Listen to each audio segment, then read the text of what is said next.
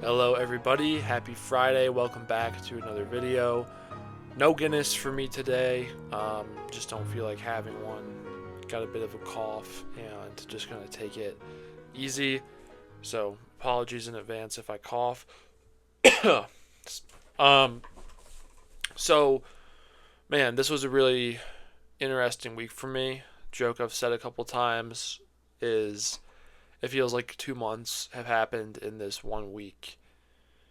I mean, with Monday's blow up for Monday, it was a disastrous blow up, and one day on this channel, I'll tell the full story of everything that happened that day, and why I kind of did go off the rails a little bit.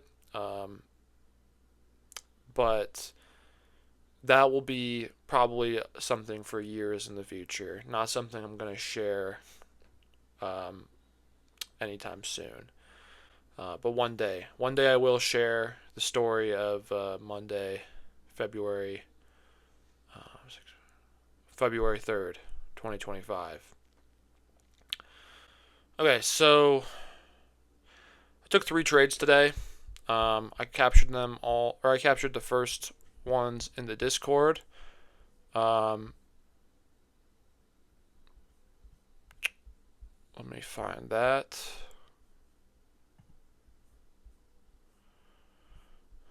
Yeah, so I got long here. Why did I get long? I opened up the pre-market and I traded off the break of the pre-market candle on the second bar, not the first bar. And I went for a 2R trade, or about 2R, and a hit. A hit in in around 15 minutes. So I got pretty lucky though because it fell off really hard. It sold off like 35 points right after. And then I took an impulse trade, which was this trade. Should not have taken this trade. It was not on plan. I shot from the hip, but sometimes as a trader, it's normal to shoot first and then aim second. And when I aimed second, I realized this was a bad trade, so I just got out. And I did the same thing again off of bar 13. So I just thought this was too erratic of a move. I thought the market would come back. Then I realized no, markets usually make second legs. Selling pressure was very heavy. There's probably going to keep being sellers. So I did that twice, and both times I got out and didn't lose money. Uh, Speaking of being a second leg, I probably should have just stayed. I probably should have tried to get short because A, B, C, when there's very big selling pressure, you can expect another leg. It came down, it expanded, it consolidated, and then bar 14, bar 15. These are good entries. If I would have entered on bar 15, I would not have put my stop loss right here. I would have put it up here. Okay, because I'm trying to be more intuitive and logical with where I place stops. If I put it here, it's still pretty reasonably likely that it would come back. It would have come back and stopped me out. At least above here, it's just a little bit more cushion. So that would have been a 10-point stop. So I would have had to target 20 points below, or basically I probably would have just targeted the low of the prior day, and boom, that would have hit. And after that, I just would have been done for the day. I think there's not really, when it's this erratic, you're seeing wicks on the bottom, wicks on the top. It's not a good time to trade. And in fact, that's why this isn't really a good time to trade. So even trying to capture this C move, if it's not in plan, I just shouldn't take it. And hey, I didn't. Credit to me there.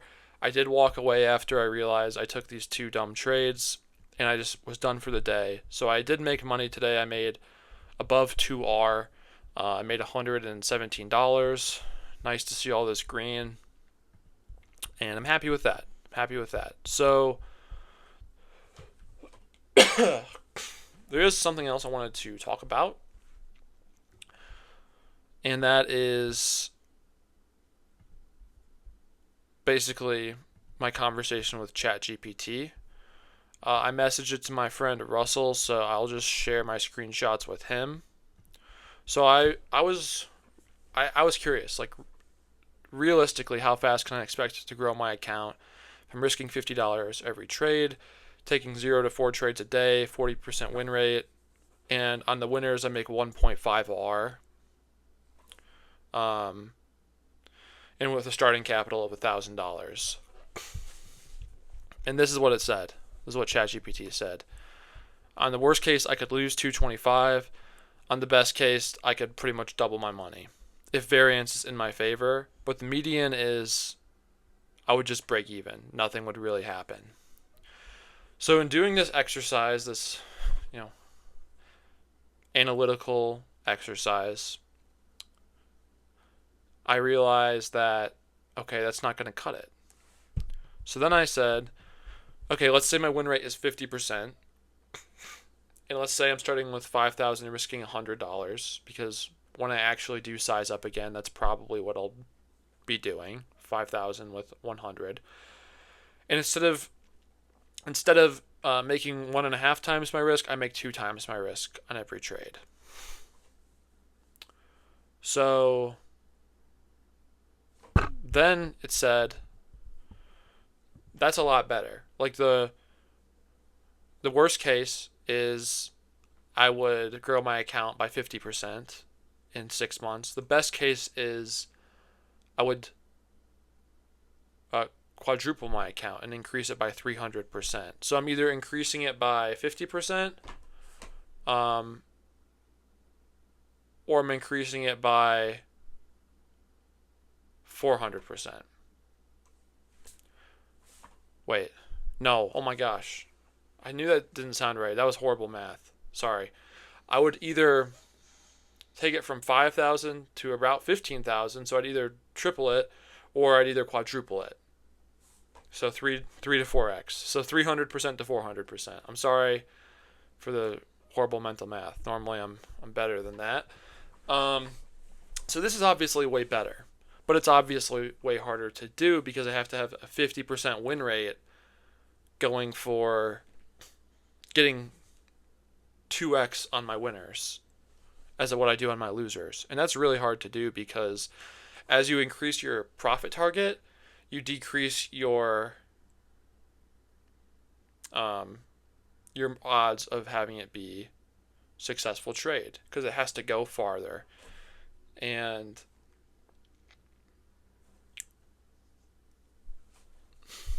I think here's the thing. I've never had a period longer than 6 weeks of being profitable. I've always gone off the rails and blown up. And I have to be honest with myself, I'm probably always going to have days where I go off the rails. Now that I'm risking much less money per trade, I'm only risking $50 per trade instead of 150 to sometimes 250. Now I can, if I do lose 5 trades in a row, it's $250. It's like nothing that will make me set me back the way Monday's blow up set me back. And also now that I'm risking way less money, my emotions will be way more under control, so I'll be way less likely to have any type of catastrophic day where I make dumb decisions. In fact, my hope is they'll drop off like significantly, so I'll never really have like a truly catastrophic day. I might have a day where I take 2 or 3 pretty dumb trades, but if the most damage I can do from that is $200, I'll be in a much better position than $1,500.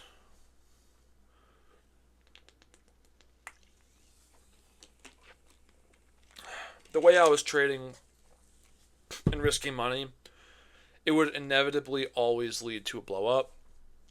And I was in denial of that, but it was basic. It's just basic math. And I was always a pretty good guy at math. You know, I took calculus in college and I was always like pretty good at it. So But I would still deny basic math concepts and just say no. If I hit enough big winners in a row, like three big winners, I'll reach escape velocity, and I was just basically just lying to myself and living in denial. So that's obviously not good, and that's why I'm risking only $50 per trade now. And my emotions are way more under control. I'm doing way better. Um, and I'm also going to be only taking pocket aces trades, my very best setups. So I'm comfortable actually holding them for a 2R plus win. Okay. What else? What else? What else? What else? Um, my price action reading is pretty good now, I think, um, overall. And I think something interesting is I've never truly, I don't know what I'm capable of. Like, so this hypothetical scenario, it assumes that I can have a 50% win rate and a 2R multiple on every trade. I don't know if that's what the case will be. Maybe I'll have days where I can make 3R, or I'll average closer to 2.5 or 3R. But who knows? Maybe my win rate will be lower. It's hard to say. Sorry, guys, a little sniffly. Um, but yeah, I'll just let you read this message with Russell. It's pretty small, so I'll just read it for you. So according to this, like if I start doing this in June, and this assumes I can actually do this, I can actually trade 50% with a 2R, which is pretty damn hard to do. I mean, I probably can't even do that. Well, let's say I can for the sake of this argument. This is a very slow approach, starting from $5,000, and let's just go with the median, tripling that. I mean, tripling something in 6 months is pretty solid, but I mean that's still really good in the grand scheme of life. Because I'm 25, so by the time I'm 26, sometime in 2026, summer 2026, if I can just double my account every 6 months, so it'd be 5,000 to 10,000 in this December. December to June 2026, 20,000.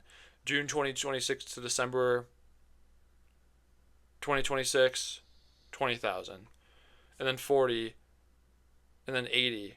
But that's 80,000 by December 2027. So that's like a really, it's, and that assumes I can keep this up. So that's like, by the time I hit like 100,000, it'll be like 3 years from now. Now that's pretty tremendous and amazing, being able to grow something from 5,000 to 100,000. That would be that would be awesome. I mean, I'd be super happy with that.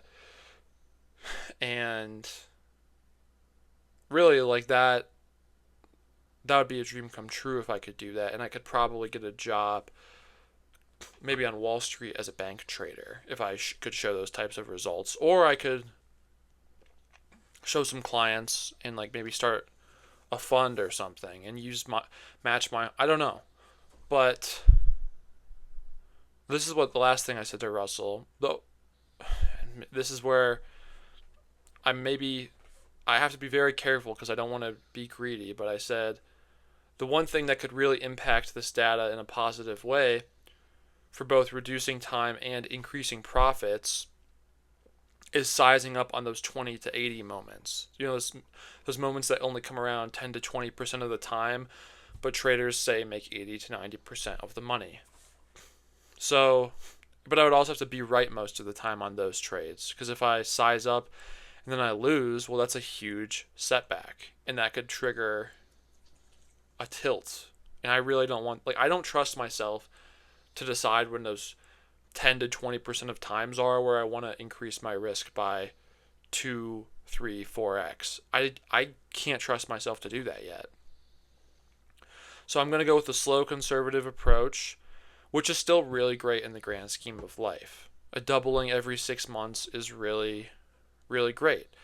Problem is, it's just really hard to do because life's busy. I don't know if I'll always have as much time to trade as I do now. I probably won't. So I really do, just because of work and life. So I really do want to try and learn to size up on those big moments, but I have to practice. I have to prove to myself that I can do it at this smaller $50 risk size first.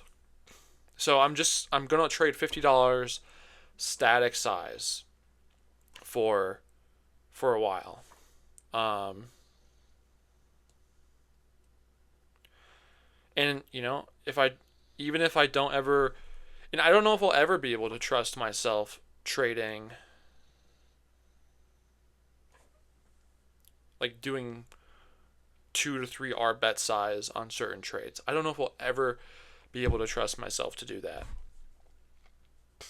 I would like to say that I probably could, but I have to prove it to myself first, trading at this lower $50 risk size. So that's what I'll do. I'm just going to keep trading small, take it one day at a time, keep this composure and discipline that I had yesterday on my Adam Sandler Happy Gilmore video, and today in this video, even though I didn't really have it fully for 2 trades. But that's why I'm risking less, because I know I'm always going to make dumb mistakes where I shoot first and then realize it's a dumb trade, aim after and realize it's a dumb trade. But that's why I'm trading a low risk amount. So I know that when I do inevitably make these dumb decisions, it doesn't hurt me really bad.